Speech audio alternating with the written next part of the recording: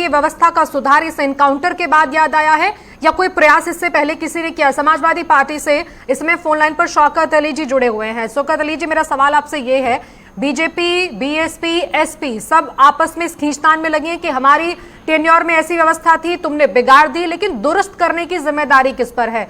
सूर्य कुमार शुक्ला जी हैं, retired DG, वो कह रहे हैं कि व्यवस्था में इतना झोल है, न्यायिक प्रक्रिया में इतना झोल है कि पार्टियां खुद नहीं उसमें इन्वॉल्व होना चाहती हैं।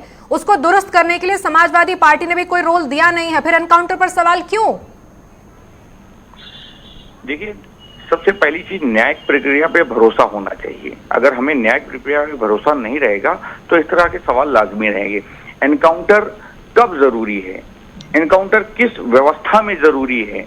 आप एक बात बताइए, एक कॉमन सा सवाल पूछना चाहते हैं उन लोगों से जो ये बार बार कहते हैं कि एनकाउंटर जरूरी है, एनकाउंटर जरूरी है। एनकाउंटर जरूरी था तो ये जब संतोष शुक्ला की हत्या हुई तब आपने एनकाउंटर क्यों नहीं किया? अब जब पूरे का समय था, जब उनसे जांच करके और राज उगलवाने का समय था, तब आप एनकाउंटर कर देते हैं। यानी कि आप सीधे सीधे कहते हैं कि न्यायिक प्रक्रिया पे भरोसा नहीं है हमें, और पुलिस को इतनी खुली छूट कैसे?